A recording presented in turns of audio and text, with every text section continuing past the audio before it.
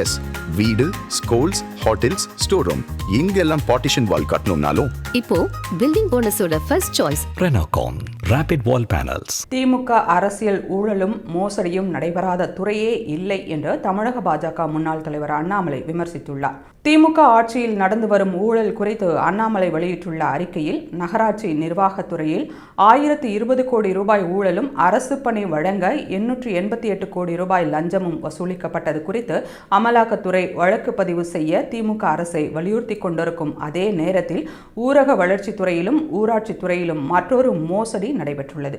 தமிழகம் முழுவதும் டிசம்பர் 12ஆம் தேதியான இன்று நேர்முக தேர்வு நடைபெறும் என்று திமுக அரசு அதிகாரப்பூர்வ அறிவிப்பு வெளியிட்டிருந்தது. இதையடுத்து பல ஆயிரம் இளைஞர்கள் இதற்காக விண்ணப்பித்து காத்திருந்த நிலையில், திடீரென நிர்வாக காரணங்களால் தேர்வுகள் ரத்து செய்யப்பட்டதாக டிசம்பர் 11ஆம் தேதியான நேற்று மாலை அனைவருக்கும் குறுஞ்செய்தி அனுப்பப்பட்டுள்ளது. இதனால் ஏமாற்றமடைந்த இளைஞர்கள் தமிழக அரசின் அதிகாரப்பூர்வ இணையதளத்தில் பார்த்தபோது நேர்முக தேர்வுக்கு தேர்ந்தெடுக்கப்பட்டவர்கள் பட்டியலிலேயே குளறுபடி நடந்துள்ளது தெரியவந்துள்ளது.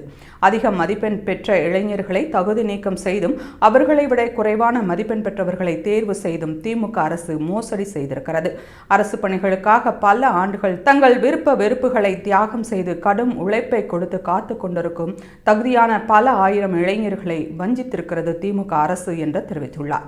மேலும் உடனடியாக திமுக அரசு குளறுபடியாக வெளியிட்டிருக்கும் ஊராட்சி செயலர் பணிக்கான நேர்முக தேர்வு பட்டியலை ரத்து செய்ய வேண்டும் என்றும், முறையாக மதிப்பெண் அடிப்படையில் தகுதியான இளைஞர்களை தேர்ந்தெடுக்க வேண்டும் என்றும் அண்ணாமலை வலியுறுத்தியுள்ளார்.